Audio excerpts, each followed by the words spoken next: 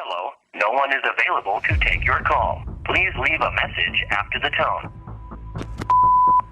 John, Mike Donovan here. I want you to stop working on the missing persons story. I got a call from the CPS and a bunch of other organizations looking to sue us if we print. Just let it go, John. I'll talk to you later.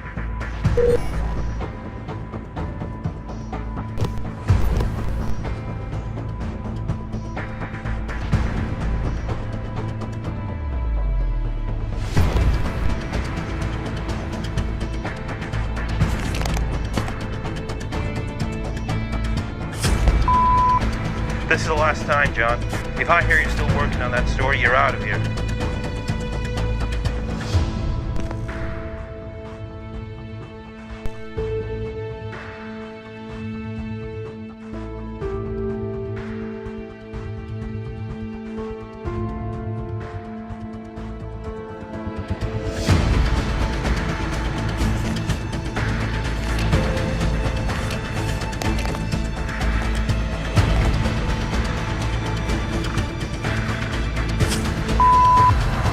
I warned you, John. Look, I'm sorry.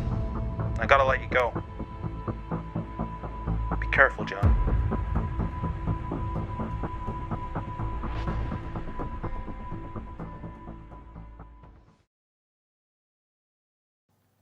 In the United States, close to 1 million missing person reports are filed every year. Whilst many of those reports are filed as protocol, quickly resolved and closed down, a worrying percentage of those are never even investigated. As I began my investigation, it quickly became apparent that there was a disturbing nature to these disappearances. And as I pursued each lead, I found myself embroiled in something I could never have expected. Little did I know that I would be contacted by a very covert, secretive individual who would blow the lid off what many of us believe to be the truth about our world. As you are reading this, you will not yet understand the very taboo nature of what we're dealing with.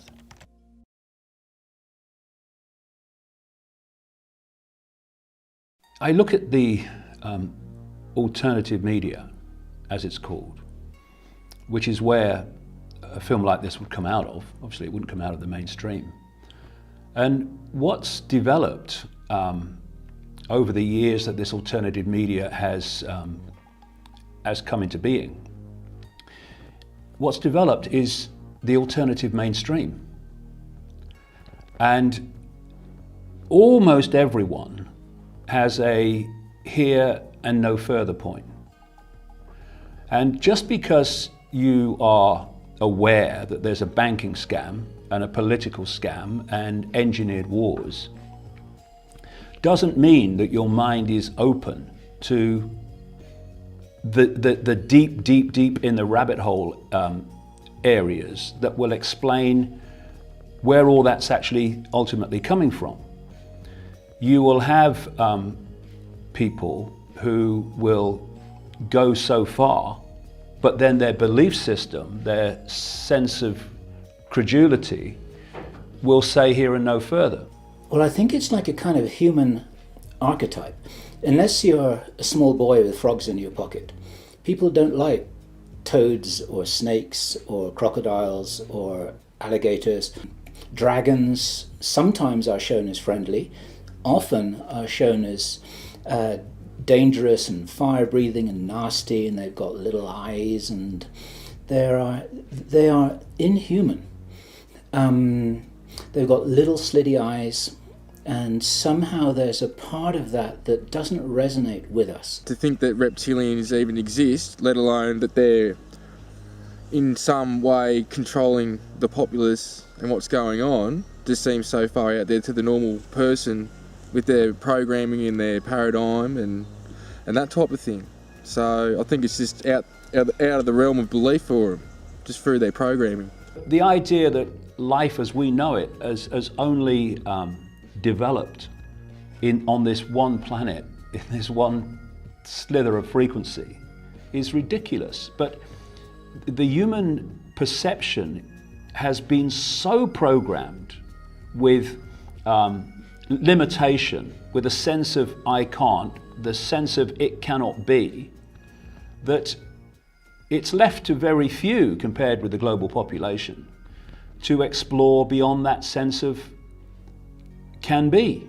And that's why these films are not made in greater abundance.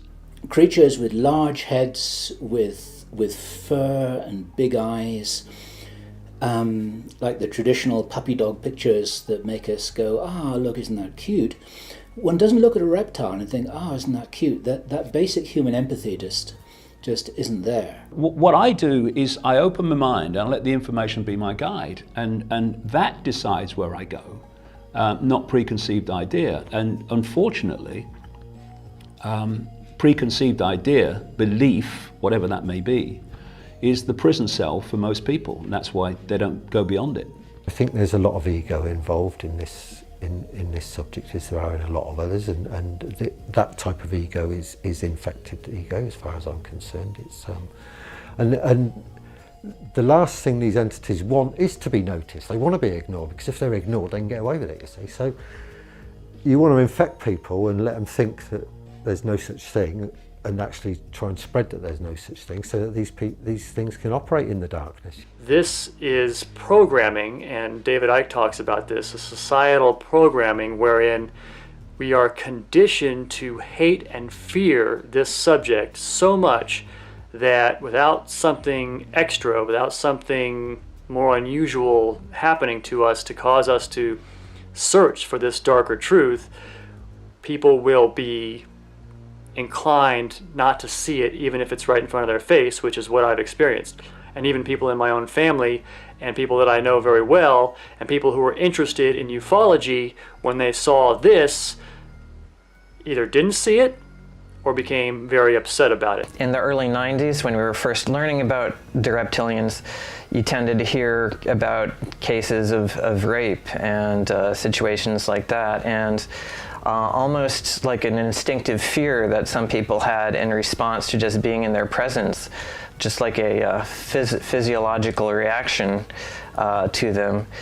So I think all of those factors, plus the bad reputation of snakes in Judeo-Christian mythology, has given them sort of a bad reputation, and that led to maybe a bit of a taboo in discussing them, but I don't think that the taboo is really necessary. The gentleman I will call X in this article has always refused to give me his name.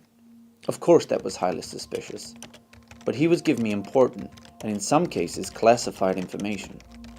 I felt compelled to continue my investigation, even though I knew what I was doing was very dangerous.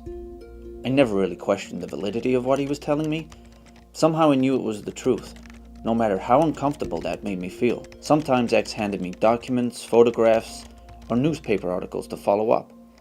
Other times he would drop a name into a conversation, only giving me pieces of the puzzle. John, I can't just tell you what's going on.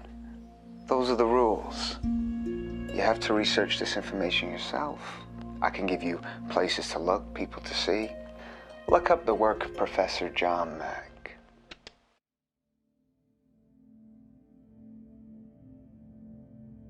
It was a synchronous event in the sense that I think anyone knows what I mean, is that you find out something just prior to experiencing it. And I'd read a couple of books a couple of months before. One of them was Dr. John Mack, the book Abduction. Now, Dr. John Mack, some viewers may know, is a gentleman who was a university professor of psychiatry at Harvard University. He was exposed to quite a number of people with experiences. He was a skeptic, did all the psychological testing, and he finally, in his 2 books, was firmly in the conclusion that these were real. These were real extraterrestrial encounters. I also read the book Communion, which is a classic with Whitley Strieber, talking about an author again of sci-fi fiction, who also said he'd had experiences. But the first person that came through my door that said, "Mary, I've heard you're open-minded," is a gentleman called Ellis Taylor. And Ellis came to me via a friend, and the friend had told him I was open-minded, so he came to me really wanting to tell me about something. He said, "Mary, there's no support groups for this. For this, they just think you're a loony." And here I had a middle-aged, very articulate gentleman who was telling me quite normally that this is what was happening to him, that he was aware he was being taken up on spacecraft, that he was waking up with shaved areas on his body, other marks on his body. His whole family were affected, that was his partner and the children. He talked about going through walls, and he said no one would come to the house because they thought it was demons. On the 13th of April in 1996, I got up about 7 o'clock in the morning, went to the loo, came back to bed. My partner went with the covers off me, "What's all that all over your body?" And I had all these marks on my body, and I couldn't quite make them out, but she was really freaking out. And there was a face there, drawing of a face. There was like something there that looked like a tail or maybe a paw or something that I couldn't quite make out. And there were finger marks here that were in a strange configuration. And they were all red marks, and none of them had any impression. They just completely smooth. And yeah, and then I was burnt all the way around as well, all around the rest of my body, like bright red. My partner, as I said, was freaking out. She rushed to get her camera and came back and started taking photographs of them. And meanwhile, I looked in the mirror because I couldn't quite see what they were, and I could see what she was talking about because it's very distinct, these things. And she took photographs of them, and very shortly after that, they vanished. Part of it is, the 3 questions they ask me is, am I going crazy? Is this real? And if it's real, why me? 3 crucial questions. And so it was, okay, Mary, you better find out whether this really is real, or whether a lot of people are just having a very, very interesting, unusual experience that, you know, is more, well, they believe it's real, as is the favourite. Oh, well, if they believe it's real, then it's real to them, which is the biggest cop-out you can ever get. I started having experiences with greys 2012 and 13, like mid-2012, and it's continued now, but up to 2013 with major things that had happened, and I sort of got like flashbacks of seeing some of these beings. And then I started to remember I used to see beings in my mum's house and my stepfather's house between the ages of 8 and 12, which is the time that I was in this particular house with my brother, who also has had experiences, but I didn't see him as demonic, I didn't see him as angels, I didn't even see him as good or bad. I didn't have no reference for what I was seeing, but I never talked about it full stop. It was sort of like, oh, here's something weird, and I'd pull up the sheet over my head and just hope that whatever it was would go away. So yeah, it goes back a fair way. I'd contacted a lot of people for support or just to talk to about what was going on because I was in the thick of it. Mary was the first one to respond. What got me with Mary was, and later looking back especially, I could see how her intent for helping me out was pure, and it wasn't about showcasing me. It was all about me, support for me, my health, my well-being, and just to, you know, keep me grounded was the main thing that I needed. She's been there again since day dot. She's always there for me to talk to, no matter what, about how far out. As she says, the more weirder, the more wonderful for her. And I'm forever appreciative for her being in my life, just like many of us. And our friendship continues to grow, and it's gone in some weird and wonderful directions that I didn't expect. So yeah, she's a lovely lady, and I'll forever be indebted to her. What I was amazed to discover was many of those that had this experience, when they began to understand it, often their fear went, and often it's the fear of the unknown than what actually happened. And so I had to isolate, is it what actually happens that scares them, or is it the fact that they don't know what's happened? So that's 2 separate things. So in my whole panorama of those having experience, for example, only maybe 25 to 30% are actually traumatized.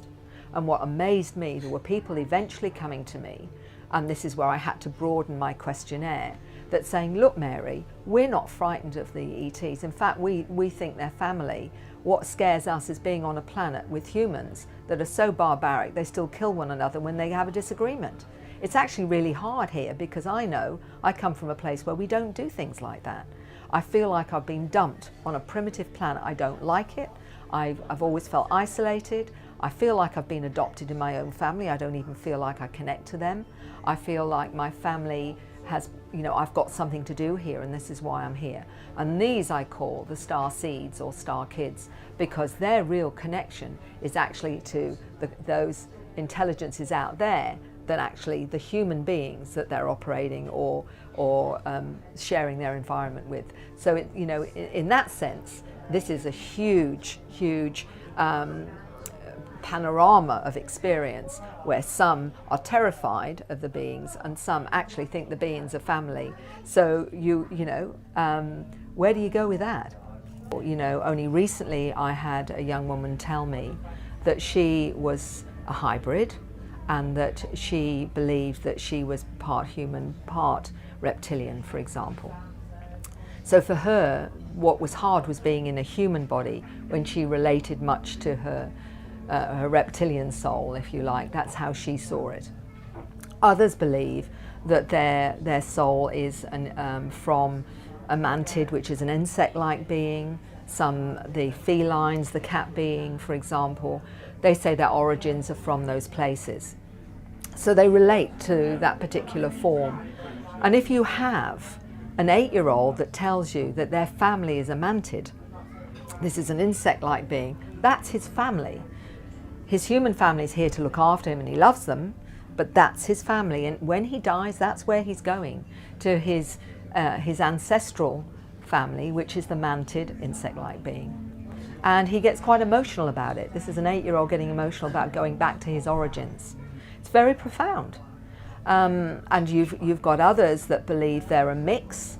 And Simon Parks is one of those, because I was able with this young boy, which I'll call Paul, and Simon Parks, I was actually interacting with both of them at similar times, although one's in the Northern Hemisphere, one is in the Southern Hemisphere. They never spoke to one another, but I was able to get information to look for corroboration. And Simon Parks believes his mother is a mantid, although he also connects to the cat feline beings and to the reptilians. But he feels most connected to the mantid. And he talks about going into his mantid form on the spacecraft and working with humans. And when I spoke to this little 8-year-old, he described it in this way, that he evaporated into his mantid form and would operate as a mantid and then come back into his human form. So here is a little boy talking about a soul transfer. One of the questions that pretty much all experiencers ask themselves at some point is, why me? Another one is, am I going crazy? But eventually they figure out that they're not crazy, that whatever they're experiencing, they're still functioning, and it's not, it's not a form of anything. John Mack certainly was not was not able to identify it as any kind of psychological pathology. So they ask, why me? Why is this happening to me? And well, we know that the abduction phenomenon does run in families, and the same thing seems to be true for reptilian contact. So you can look at reptilian contact as a facet of the UFO abduction phenomenon, and it suggests a genetic aspect to their interest in us. But, in addition to following family lines, there's more to it. A number of reptilian contactees have actually recalled memories of having a past life as a reptilian. And, it doesn't appear that people are chosen at random out of the human population. One abductee, one reptilian contactee described to me what she calls multi-dimensional simultaneous existence, because that time, basically, if you look into physics, ideas like the relativity of simultaneity and the concept of space-time, turns out that everything is happening now, including past and future events. Everything is really happening all at the same time.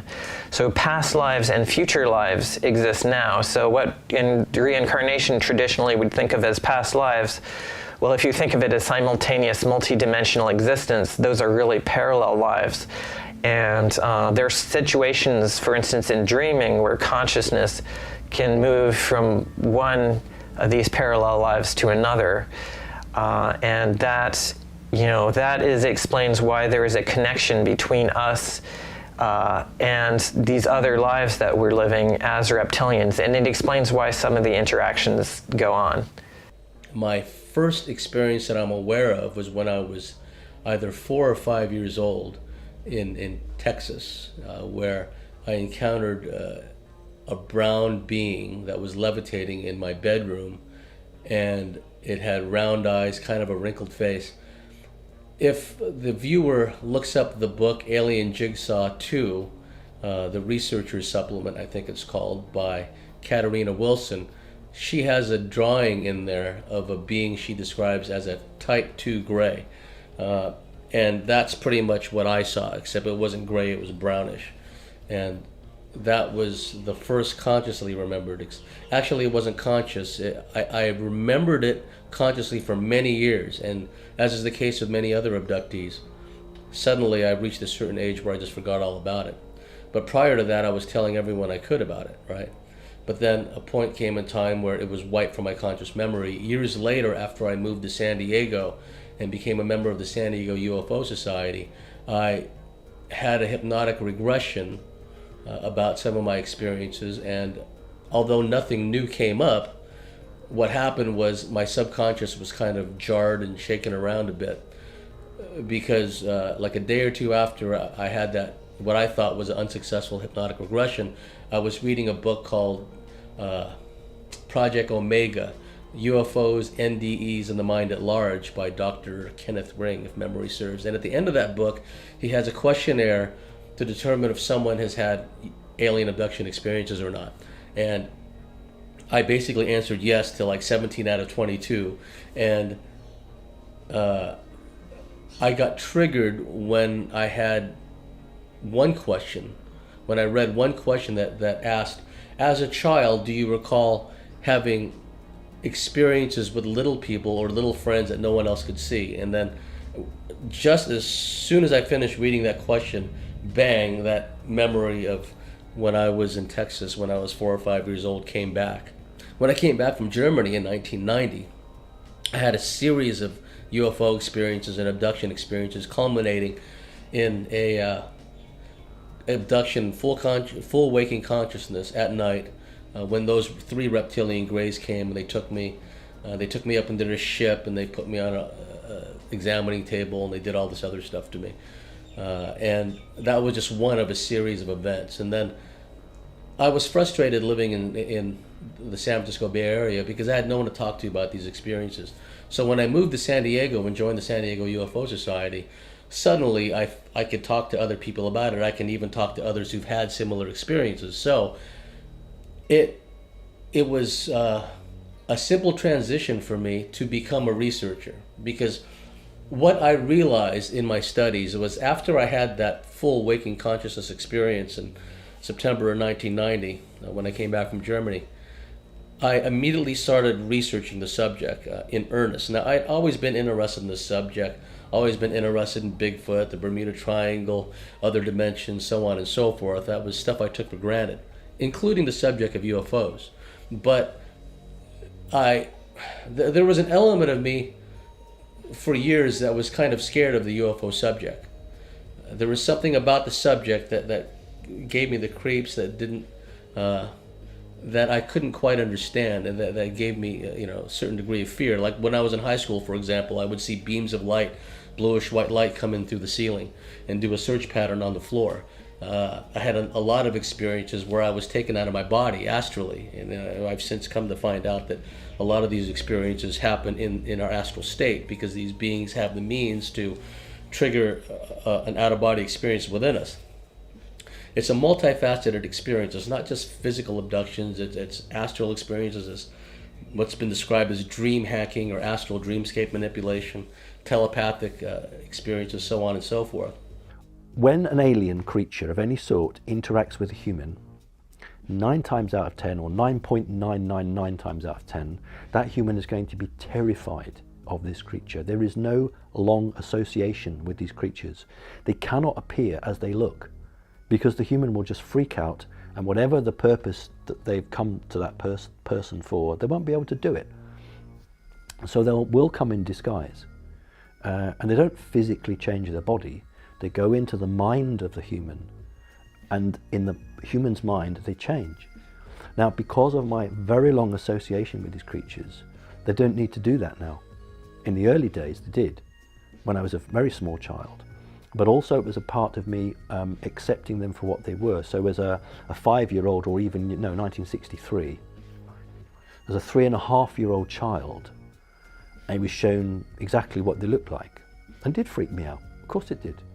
But, if you take a child that's 3 and stick it on an aeroplane and fly it from, I don't know, Birmingham Airport to London Airport, by the time that kid's 10, it will go from Heathrow to JFK with no worries, because it knows no different.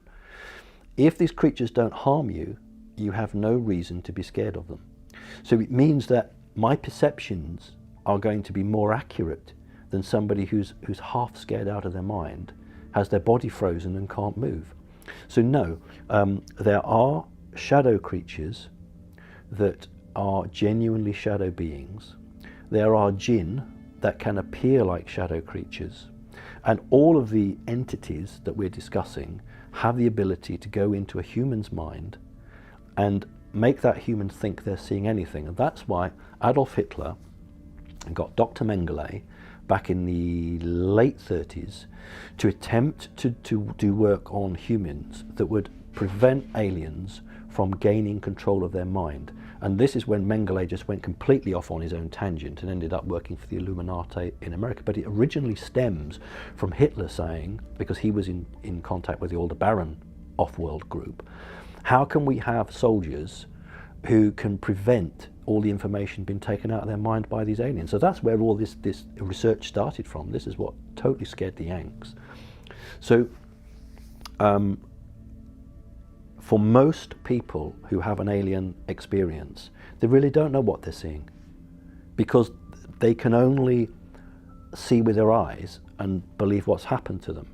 When you have an association with these creatures, and I can't be the only one, but when you have a long association with them, you have certain agreements, and these creatures are not permitted to deceive me. And I say I'm 54 now, and I haven't lied to me yet, or I haven't caught them out yet. So they're either incredibly good liars, but when I ask a straight question, I usually get an answer, or they will refuse to answer rather than give me a lie. The revelation that the ever-growing missing persons reports were somehow connected to alien abduction phenomenon seemed ludicrous to me.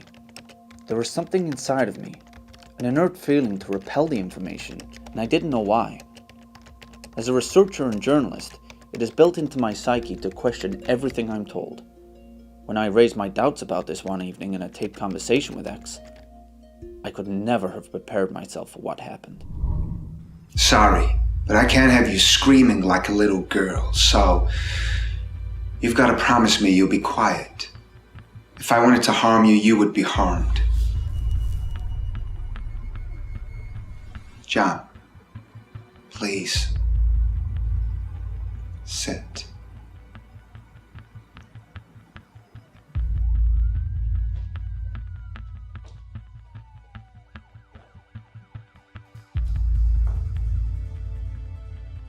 You needed a reason to take this further, and I just gave it you. When I did this, I put both of us in danger. People like you don't meet people like me unless it's important. We consider you important, John. You're not special. You're not the chosen one. You're not the savior. But you're a hell of a journalist, which is good for us. Bad for you. What, you think this story was your idea? We needed to trigger you. That's what we do, John. We poke you, prod you, coerce you, make you do things we can't. Well, not openly anyway. For now, just know, some of us are trying to help. You got a friend in me.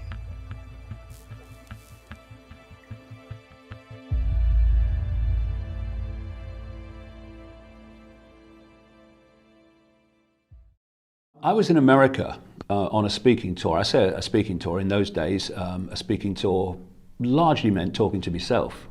You know, I mean, I went to Chicago and spoke to 8 people, or near Chicago anyway. But on that speaking tour, over a period of about 15 days, I met 12 separate people, and I was going to a different place every day, who told me the same basic story, how they'd seen humans turn into a reptilian form and then back again. And it was such a common theme that they were describing that I started exploring from that time. So it came into my life very quickly. I'd had kind of heard like little mentions of it before and just let it go. But in this 15-day period, that really focused my mind. So there's something to look at here. When you're faced with that situation with, or you know, one person after another in different parts of America telling you the same thing, you can either go, I'm not going there, what will people say if I start talking about this stuff? Or you can say, information's my guide, I'm going there. What then happened is I came back from there to the Isle of Wight, and I was meeting someone, actually not very far from here, who had been married to a Satanist who had been the warden for Burnham Beeches. Burnham Beeches out west of London is owned by the City of London, the financial district.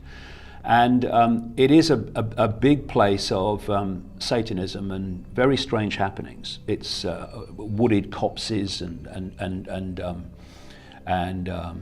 few open areas. And she asked to meet me because what I was writing about, because she wanted to tell me about the Satanism which she experienced. And she told me when I met her about seeing Ted Heath, former Prime Minister of Britain, took us into the European Union, doing a satanic ritual at Burnham Beeches, because she lived there in the warden's house. And when this conversation was finished, and you know, I was having a cup of tea, and I was just finished my tea, and I was putting it down and turning to go, and I just said to her as a throwaway line, you know, I've just come back from America, and I met all these people that kept telling me how they'd seen people turning to reptiles. And I heard her first, and I turned around. She's going, oh my God, I wasn't going to tell you about that. She said what happened was she saw lights, and she took the dog out that night. And then she went through and looked through the trees at this light, and she saw Heath in this circle. And she said what she then saw was Heath shift into a reptilian form and grow about 2 feet, which is absolutely common in descriptions of this all over the world.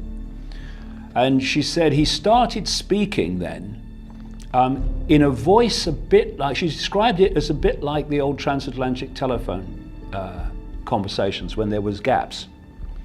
And she said the thing that shocked her more than anything else is that when this happened, no one in the circle moved in any way that related to shock or surprise.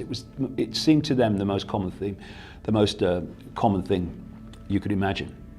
And from the American experience, and that lady too, then the synchronicity of my life started bringing more and more information in about it, and more people with experiences about it. And that's been the way my life has gone in the last 25 years.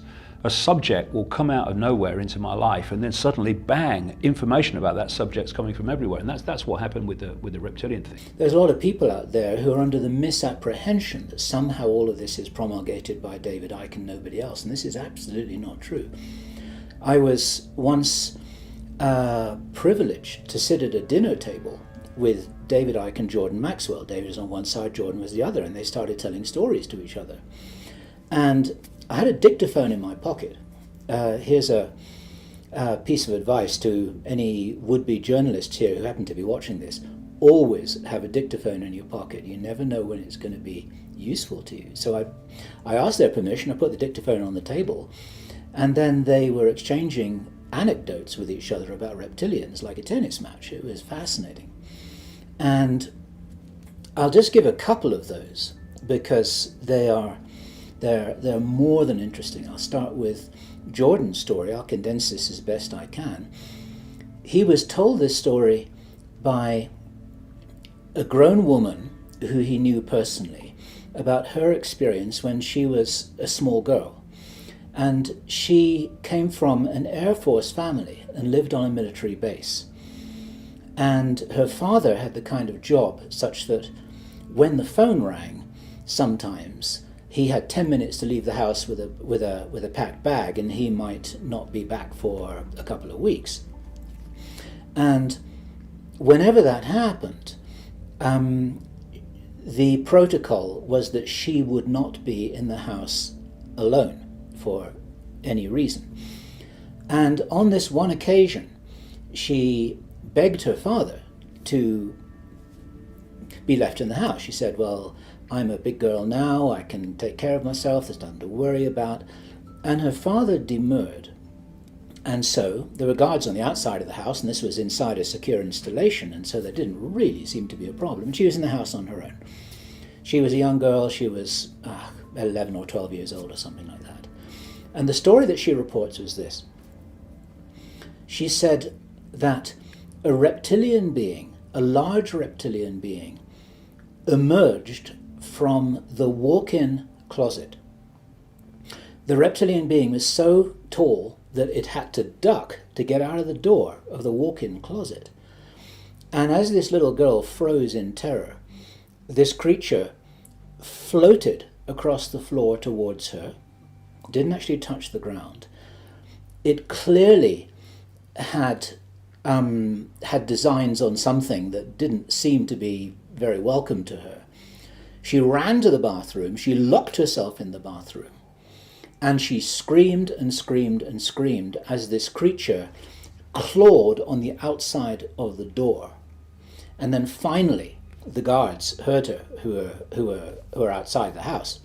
They came rushing in, this was their job, and this creature disappeared. And the claw marks were visible on the outside of the door. When her father got back, she said, "This is why you must never be in the house alone." And it's interesting because her father didn't even seem particularly astonished by what had happened. It was like this was one of the things that was known could happen. Go figure. This was told by this grown woman to Jordan Maxwell 20, 30 years later after this had all happened to her. I have this sense that I've known them all my life, or known who they are all my life. But, and I can remember past life stuff with dragons and things like that, okay? Which is not exactly the same thing, I know. But this particular time, it was during a 47-day experience that included that 13th of April thing. 47 days it went on for, right? Night after night, day after day, left with patterns and marks and finger marks and all sorts of things going on. But during that time, I was sitting in the lounge and wanted to go to the loo. And to get from the lounge to the loo, you had to pass through the corner of the kitchen. There was a door here, and then you went through a door there. As I went through that door there, just going to go into that door there, there was a reptilian standing there. It was tall. I mean, I didn't have a tape measure on me or anything, but it was a lot taller than me. And it was crouched like that. It was green. It had these kind of orangey slit eyes. It had a paler chest. It had like ridges and scales. But the thing about it was that it looked at me, and what I felt was from him was, oh shit, it's in me. Right? It was more kind of worried that I'd seen it than having any kind of negative intent towards me or whatsoever. And I'm on the move, you see, when I see this. and I'm just going to step into the hallway to go to the loo. And as I saw it, I was in mid-flight, so I couldn't stop immediately, so I went like that, came back, and it had gone. But the whole room was not the room. It was standing in the corner of the room, where the corner of the room should have been, but the room wasn't there. It was another dimension I'd walked through another dimension.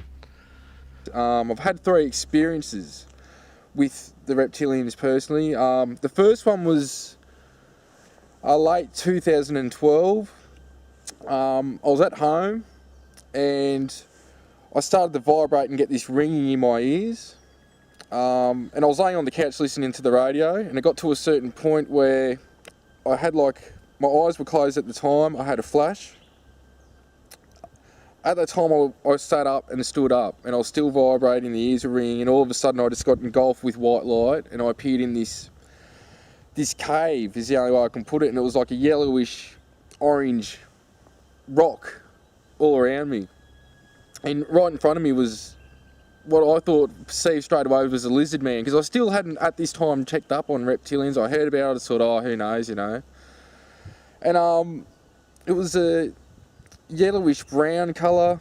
They were about 6'2", 6'3", there was 3 of them. 2 of them that were directly in front of me were about 6'2", 6'3", around the same height, and there was a smaller one about 5'5", and it was the same. They had these things protruding from here. The eyes, the nose was a bit down and the stockier, and they were stocky, like muscly, stocky looking dudes. At that point, basically the main frame of what had happened was I was told by the reptilian in front of me that they're breaking up to factions basically, and that they want ascension too. This group. And I'm just thinking, why are you telling me?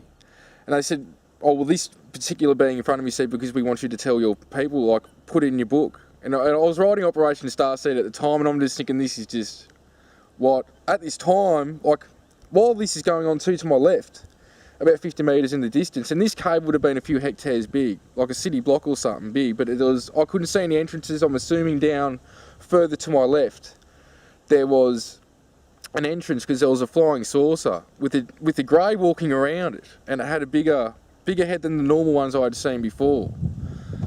So while that's going on 50 metres away to my left, and to my right I noticed a screen. It was 5 metres by 5 metres, I assume that was the diameter, and it was like a flat screen. If I looked at it, I didn't see anything, but if I looked at it in my peripheral vision, I could actually see a 3D hologram of the Earth coming out of it. And what I assume was fault lines and earthquakes zones and that were sort of marked out on it. I won't go particularly to what colours I saw on it and stuff, because that's just a little thing that I've kept for me, if people ask me. Around that time, a white light engulfed me again, and I appeared back at home in the lounge room, standing where I'd been previously. In the high desert of Southern California, me and our team were doing what we call reptilian stakeouts.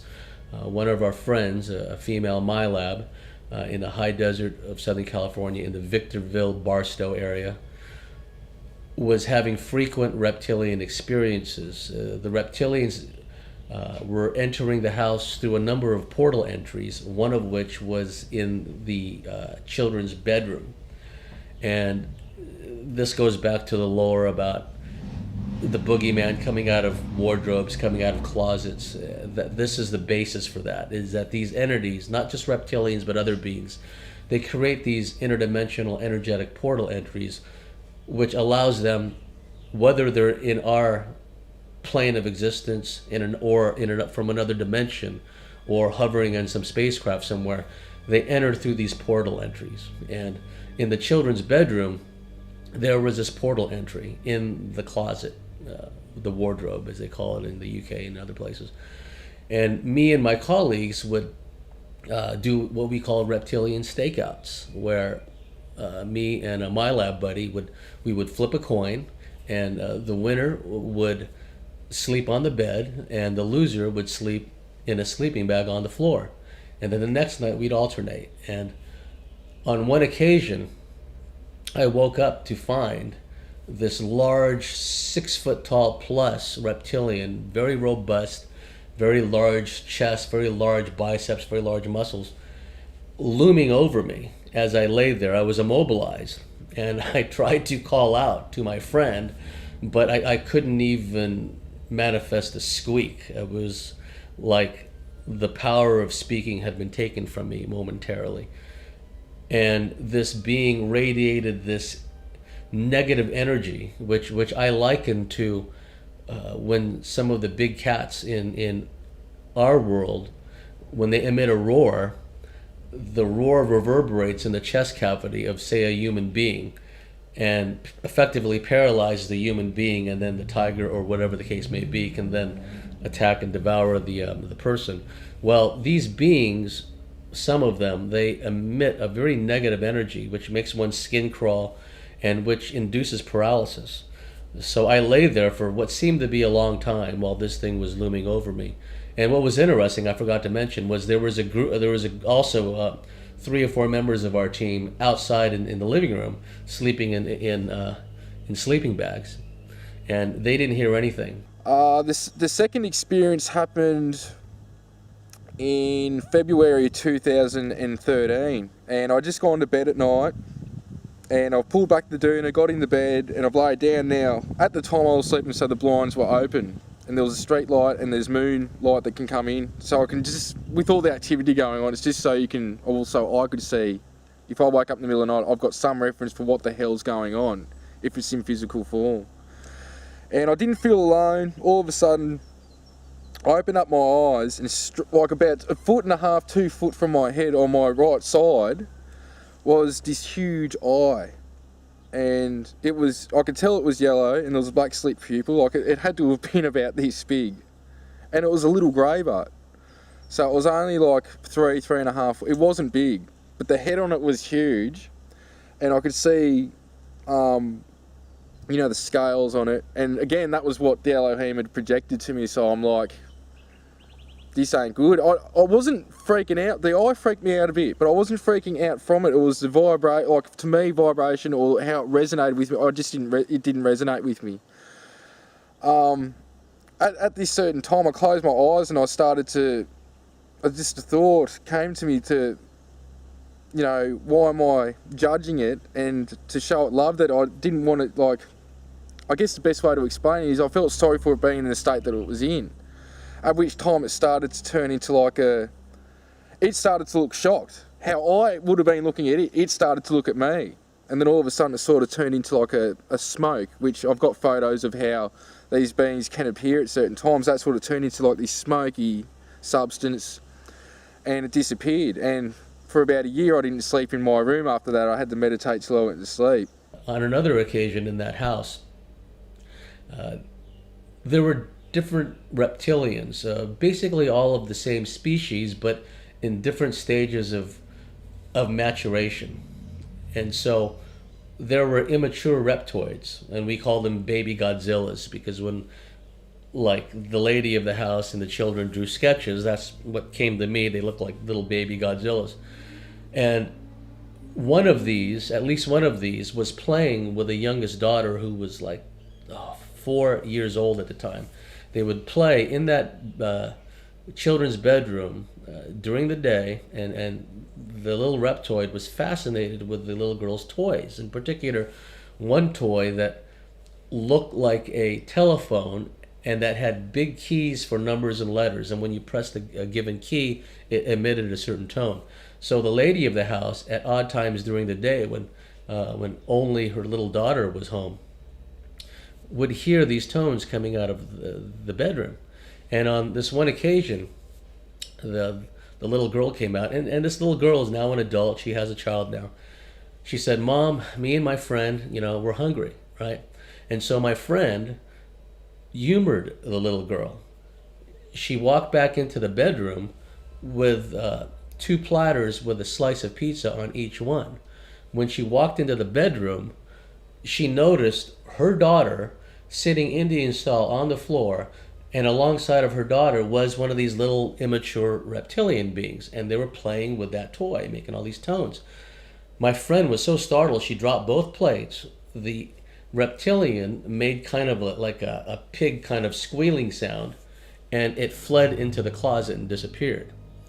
Now, me and my friend, on another occasion, we were sleeping in that room again. I was in the bed, and he was on the floor, and I began to hear noises coming out of the closet, right? So I sat bolt upright, and I looked around, and I was punched in the face, bang, bang, on this cheek and on this cheek, and I was knocked out, and my cheeks ached for weeks thereafter. And I believe it was the little reptilian. It wasn't the big reptilian or big reptilians. It was one of the little ones, and it was just at the right height to punch me out. So I had a lot of experiences in that place. On another occasion, those reptilians followed me from that place in the high desert of Southern California to my house in San Diego, which is a good 2.5 hour drive. And I had just driven back from the high desert, settled down, I was laying in bed reading, and I fell asleep. And sometime later, I was rolled over in bed, and I was jabbed at the base of my spine with an injection. And as I was laid on my side, I looked over and I saw what I at first thought was a very tall soldier in khaki uniform. And then I saw something swishing around behind it. Later on, in hindsight, I realized it was a very tall reptilian that just happened to be brownish khaki colored. Because when I had time to think about it, the thing that was swishing around behind it was his tail. And it was interesting because those reptilians had told my friend, the lady of the house, that they were going to get back at me basically for always going up there and, like, I guess, annoying them or something. So they followed me back to hundreds of miles, away to San Diego, and they did this to me. And I developed the following day. I was working at ComNav AirPack in communications, and my back was hurting me.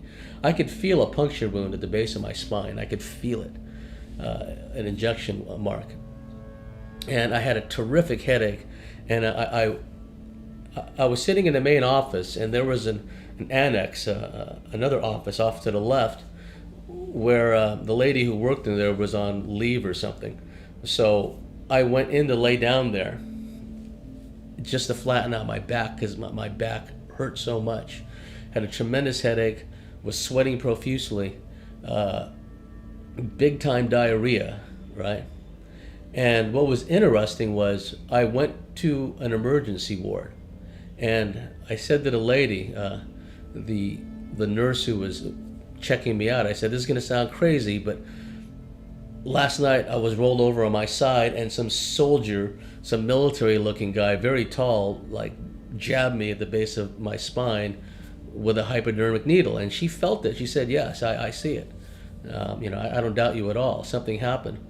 And then what was interesting was I called up my friend who was living in the high desert of Southern California, and she told me her husband and her son had all come down with similar symptoms after I had left.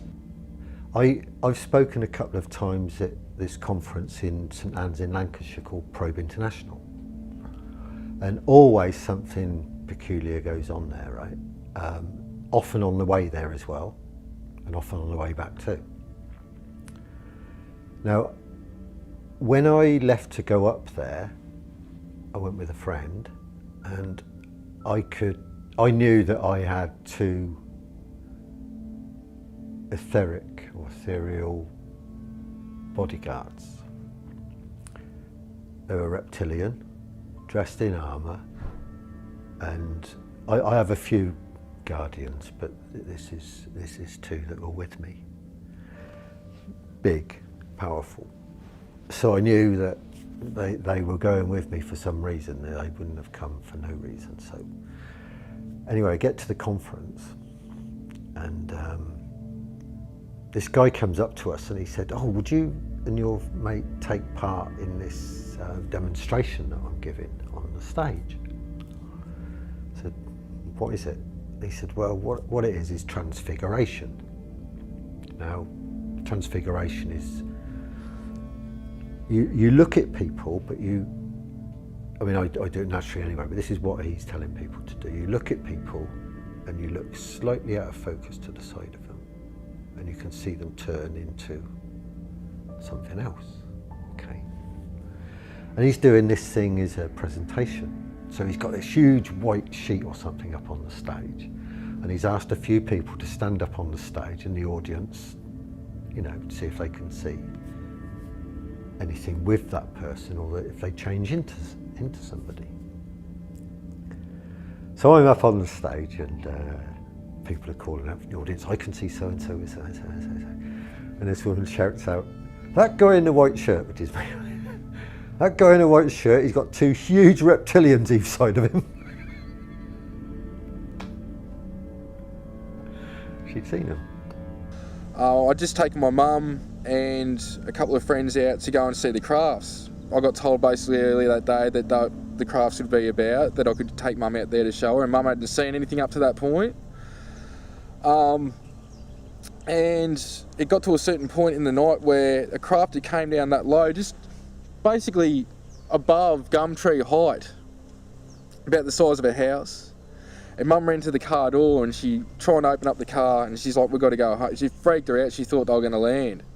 So I said, no, you've got to see this stuff, because I know you believe me, but you're definitely going to have something to go by, but I needed her to see this and go, all right, this shit's, this stuff's for real. So we went back into town at that point, because she freaked out. Dropped her off and another friend, and my friend who was staying with me at the time, Carol, who came to visit, we decided we'll go back out. Now at that time at home, she got a thought that we shouldn't be going back out, and so did I, but we didn't say anything to one another, which later on I said, if this happens again, let's tell each other. So we drive back out of town to where we were seeing the crafts, or where I'd told to go, and as soon as I got out of the car, she got out of the car too, and we walked around to the back of the 4-wheel drive to get out the equipment. And as soon as I'm turning to pull up the back of the boot, there was one of the Draco Reptilians. It was basically behind Carol on an angle. Now at this time it was phasing in and out like a distortion, how would you say? It was sort of be like a hologram tuning in and out with static. And it was coming in and out, and straight away I just said to her, get in the car. I got into the car. At that time, this would have only been 10 metres away, and it had horns, it's got the wings. I couldn't tell you what colour, but when they were projected to me, they were yellowish brown colour. Big, like maybe 8-9 foot tall, something like. It was big, but it was only 10 metres away, and in the distance, maybe 150 metres away, is a street light out there. It's the only light in the whole area, because it's out of town in a swimming area, like where people take their boats and their kids and have picnics. So because of that, I sort of had a good reference to see it. Even though, usually you can see stuff with the shadow dudes in the dark, you can still get something. But when we hopped in the car at this time, the lights on the interior, on the speedo, on the dashboard, and the outside lights all turned on at different times. They were all, it was like a disco of lights. No reason for it to be happening, and I'm trying to turn on the car, and after some time I just sort of blasted it with love in my mind anyway, and it got a little bit more intense, and then I did it again. Then all of a sudden, like in my mind, it's just like, just start the car, and the car started at that time, so I've reversed out, floored it out of there, and got on my way. Now I haven't got really messages from the Reptilians or anything like that. They seem to have been put in my way, and it's like I'm a beacon for them in some ways, because once I think you're awakened to a certain point, things will come through and they'll pick up on your thoughts. So they're the 3 experiences I've had with Reptilians. One incident that I haven't told many people about was just about 3, maybe 4 years ago. I went to Australia, and I went through Heathrow, and almost everybody in this, well, not obviously, but lots of people at Heathrow were shape-shifting. there were reptilians walking around everywhere, right? Now some of this can be you decoding something about their aura, but other times it can be you're decoding what is really there rather than what their emotions are projecting. And I've had that instance in Macquarie Shopping Centre in Sydney as well, where nearly everybody there is looking like is a reptilian, and full on, and they're much taller than they are as humans, and they're much bigger and much more powerful looking, and big tails and all the rest of it. Full on it is, and but anyway, this Heathrow thing, I got on the plane and they swapped my seat for some reason, and I sat down in this other seat, and I noticed there was an Indian lady in the sari and everything sitting there, and she was looking at me intently like that, but her eyes were really lovely. She was really kind of, you could tell it was really loving whatever she was doing, you know, but she was doing something. I saw this guy in a seat in front of me just to look along. He rose up and turned into this huge reptilian, really aggressive. This air hostess came to me, and this don't happen, does it? She knelt down next to me, she put her hand on my knee, and she was going, "We're going to look after you. Everything will be all right." And then this Indian lady, I heard this voice in my mind, and it was definitely coming from her. And she said, "You are a golden child and very special. We are looking after you." And I thought, what's a golden child? I don't know. That's what. Murphy, isn't it? That's what she said. Yeah, maybe, I don't know. On another occasion, myself and a female MyLab friend were abducted together, and we were brought to an underground base in the high desert of Southern California, once again in the Victorville, Barstow area. And we were confronted by what appeared to us to be 3 military people. Again, one of them was taller than the other 2. The one that was the tallest was standing behind a lectern or a podium, and it was quite tall. And it was yelling at my friend and I. We were kind of made to stand at attention several feet away from these 3 beings.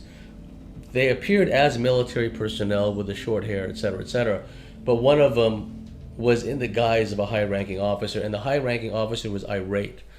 It was screaming at us, yelling at us, "What are we doing? Like, how do we know so much?" Right? And I knew immediately that this tall being was not a human. I knew that it was really a reptilian, because they often assume the guise of military personnel.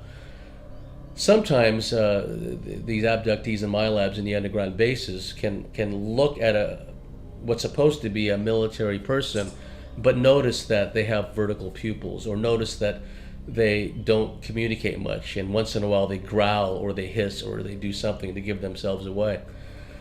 And while this tall general or this tall officer was berating the both of us, I looked at my friend and I said, "This is not a dream, this is real. We're having a real experience here, so remember this," right? And then the being, the assumed supposed military guy just kept yelling at us. Eventually they sent us back.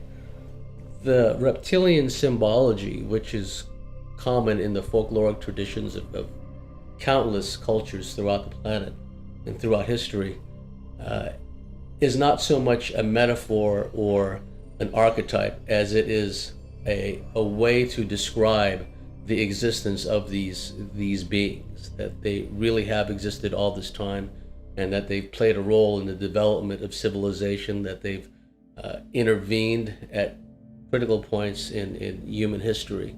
So this is why we are constantly bombarded with reptile symbology, serpent symbology, dragons, and so forth.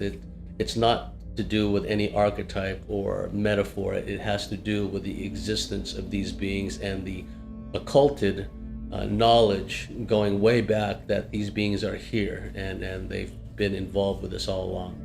one of the important things throughout all of their interaction with humanity was not to be recognized and not to be seen, because humans record in stone. We're very good at that. We create. We're fantastic like that as a race. So they recreate, and the reptilians didn't want that. You will see it occasionally in some of the Sumerian or Assyrian, Babylonian carvings, occasionally. You will also see it in some of the Mayan or Aztec items. What you're much more likely to see are renditions of feline species from the Egyptian times, because they weren't covered by the same protocol. So they weren't, there was no ban on depicting them, whereas there is a ban, there still is now a ban on depicting reptilians, and I'll give you absolute proof of that when I did that very nice interview on the Today programme with Holly Willoughby and Schofield, and I did 2 drawings, one of a mantid and one of a reptile, and I was told point blank we're not allowed to put the reptile up because they were going to have me as a backdrop, them as a backdrop to me. So the stills I've got, which they very kindly sent me, I'm being interviewed with them, and behind me is a picture of the mantid. But originally, Schofield and gang were going to have the mantid and the reptile, and somebody very high up said we're not allowed. They didn't even know what it was called. All they said to me was, we've been told we can't put this one up. So there's a blanket that goes out, and hence, if you think about what your title of this DVD is, because we're coming round to that now, and you think about that chapter in The Greatest Secret that David Icke wrote, which was don't mention the reptiles, and that's a fact, and David is absolutely right, that the system doesn't want to publicise them because they have signed an agreement not to publicise them. It's to keep them out. So you can talk about the greys as much as you want. That's not an issue. You can talk about the mantids as much as you want, because they don't manipulate humanity. The reptile race that we're talking about manipulates humanity and has done for thousands of years, and has a covenant with the elite humans who run the world that they will always be in the shadows. You're awfully quiet, John. I feel a little underwhelmed for a man who asks questions for a living. I got a million questions. But let's start with my boss. Is he... John, what if a man's faults were not his own? What if certain men and women were pliable, manageable, accessible? Accessible? Manageable? You mean controlled? There are levels of control, John, depending on the situation. This situation required a little show and tell. Others are a little more intrusive. Behind the scenes, deals were done, but they weren't necessarily beneficial to the populace. In modern times, phase 1 has always been to make you aware of our presence. Over time, we could gain acceptance through the use of literature, religion, music, movies.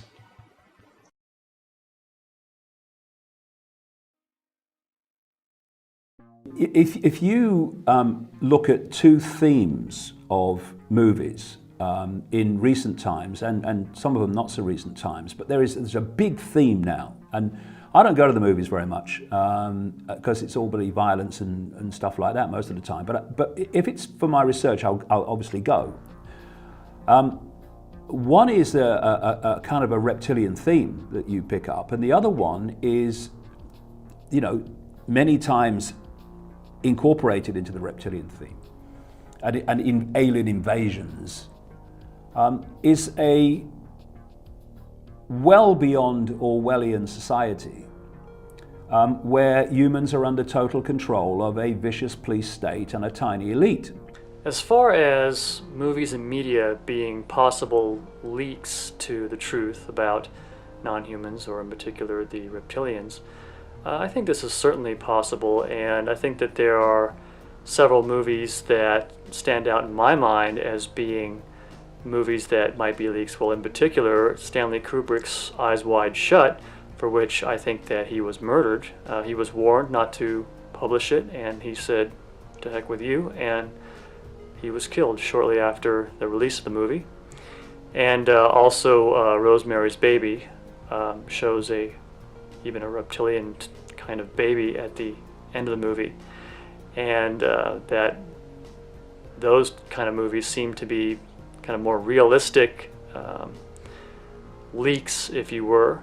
And then you have John Carpenter's They Live and The Thing and Aliens, which I think are all possible relevant information or visions, you might say, inspirations for what's really happening. I think if you look at John Carpenter, the creator of They Live, if you look at his movie-making history, which includes Satanism and horror and what have you, this guy has at least some knowledge of what's happening. And I had to laugh. I said this in a book once, years ago, and someone wrote to John Carpenter saying what I'd said.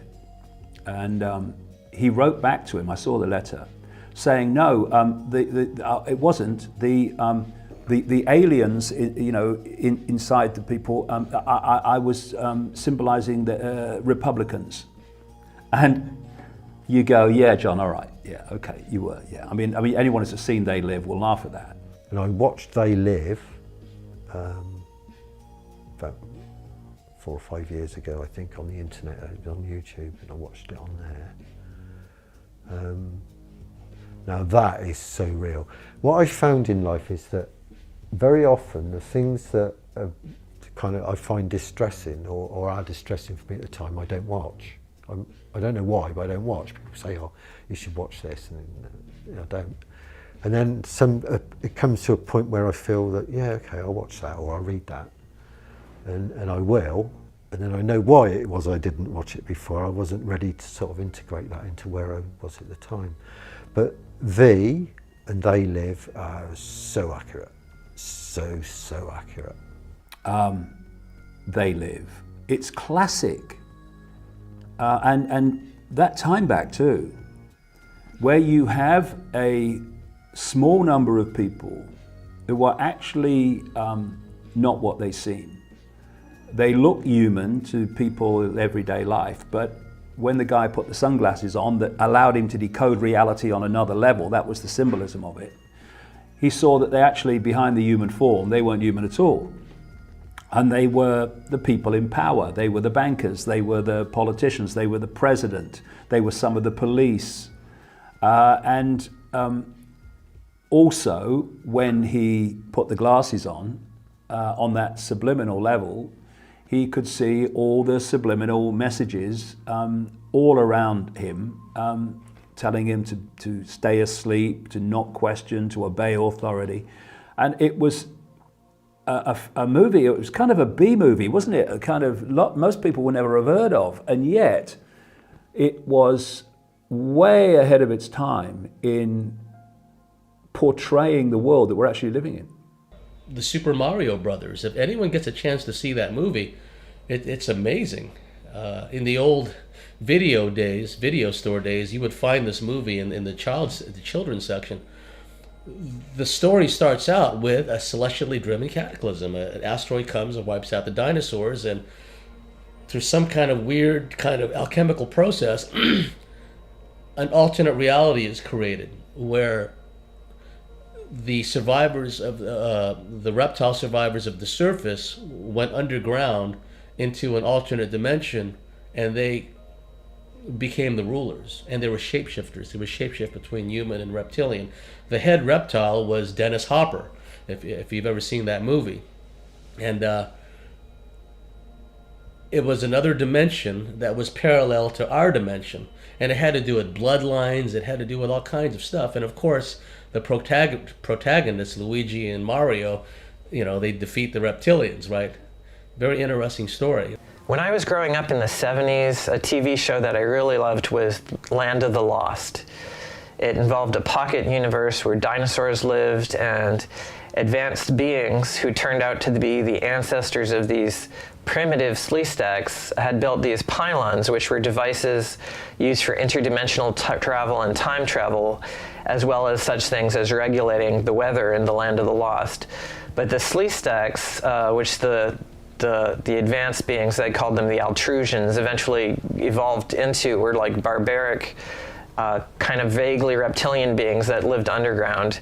They were very tall and menacing, but there's some definite parallels between the storylines in Land of the Lost and the research on reptilians living underground and being able to travel through portals and so forth. Last year the movie came out, Ender's Game, wonderful story about how we're assuming that these inhuman insectoid ETs are somehow hostile and dangerous to us just because we've got this mindset of fighting everything out there that moves, and actually they're not. This is not what they're trying to do at all. And again, it takes a little kid to have the wisdom to actually discern what's really happening here. Another show that I'm fascinated with is Thundercats. I've only watched a few episodes of that, but again, it deals with these feline aliens that are battling the reptilians, and all these different races allied with the reptilians. There's canine beings, there's wolf beings, there's bird beings. Some are aligned on one side or the other, and some want to be neutral. And many of these different ET races are depicted in the Thundercats cartoon. Fascinating. I wish I'd seen it when I was younger. Another show is V, the original V, that shows these human-looking aliens coming in huge craft, but in reality they're reptilians, and they eventually can gain control of politics, the media, and everything else. And then a small band of resistance fighters develops, led by a woman. And there's a lot of metaphorical, metaphysical truth behind that, because some of the best spiritual warriors I've found are women. They're heart-centered, they have all these abilities, they don't operate from a place of ego, and they don't need accolades, they don't need fame or fortune. They tend to operate, the real players tend to operate on their own, under the radar. And many of them are women. So when I see this TV show, V, and it's led by a woman scientist or something, if my memory serves, that really resonated with me. You've got to start immediately with 2001: A Space Odyssey. That's how you'd start, and then you would do the original Star Trek, because Gene Roddenberry not only went out and found contactees, but he actually joined a circle of people who were channeling other entities. So these people, either as directors or producers, either have direct knowledge, or more likely it's a give and take with the security services. The security service will say, okay, you've done us a favour, here's an idea. It's not really an idea, it's something they know, but they're to run with the idea.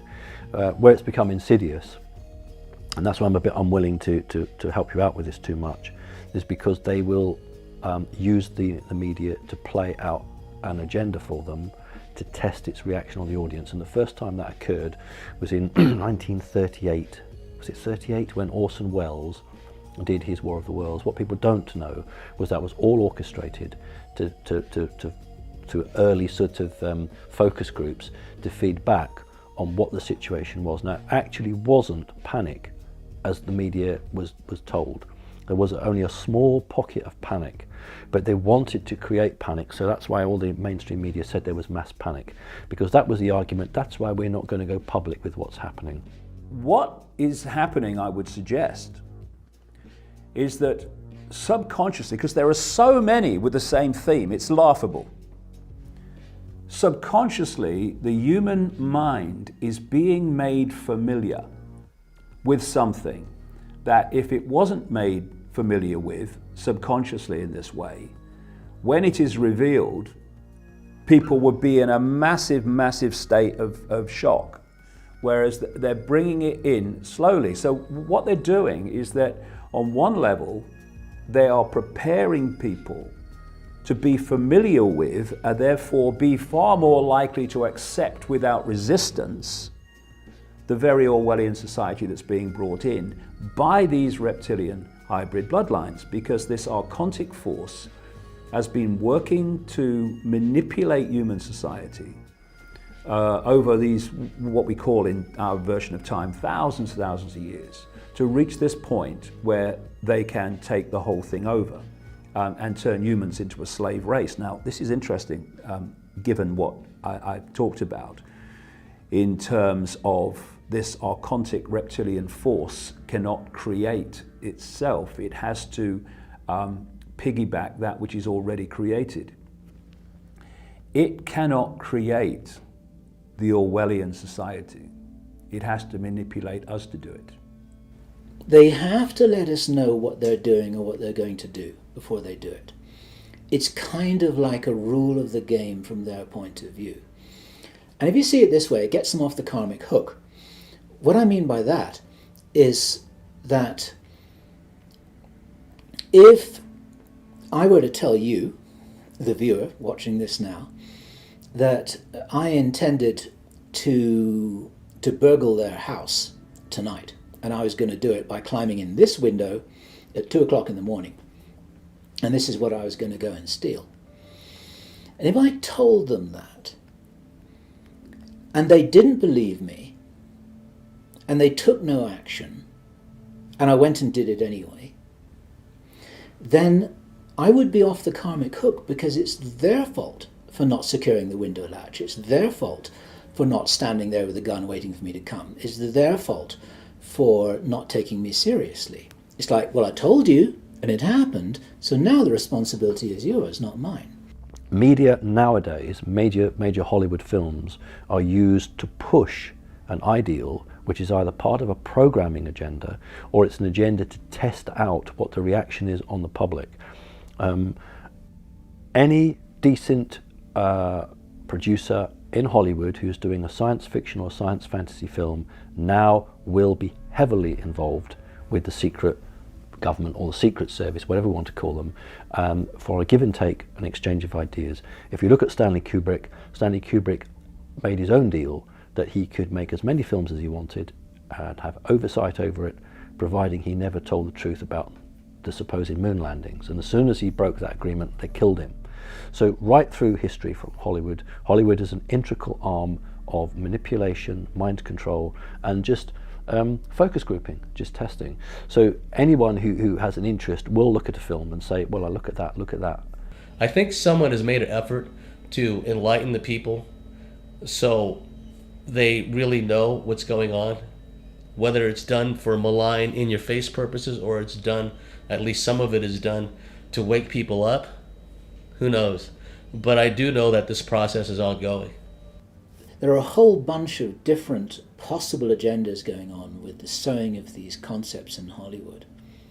But to condense everything down into one short sentence, this is no accident. It's certainly planned. So what? This is an invasion. Take over the planet, kill everyone. Then what? If it was up to certain members of our community, yes.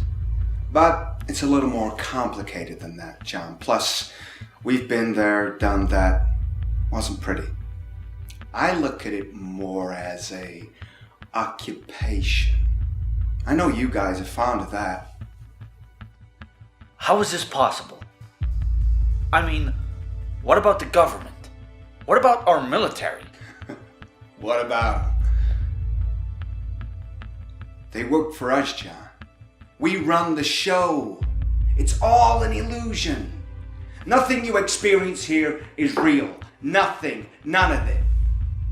At least not in the way you think it is. Oh, it's a work of genius, John.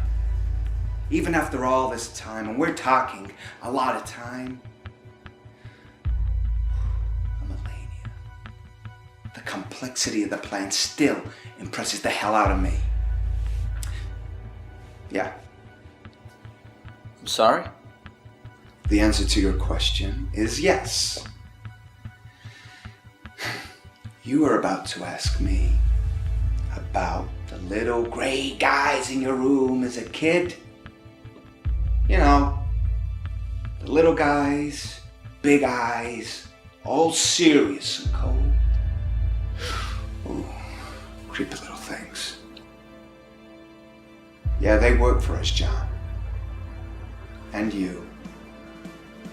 And them. John, do you play chess? Haven't we played enough games? Well, if this were a game of chess, I'd be a knight. Our little grey friends would be the pawns. And me? What piece am I in your game? That's just it, John. You're not even in the game. But I'm here to change that. I don't understand. Why are you here? What do you want? What do we want? Where did we come from? When did we get here? That's a good question.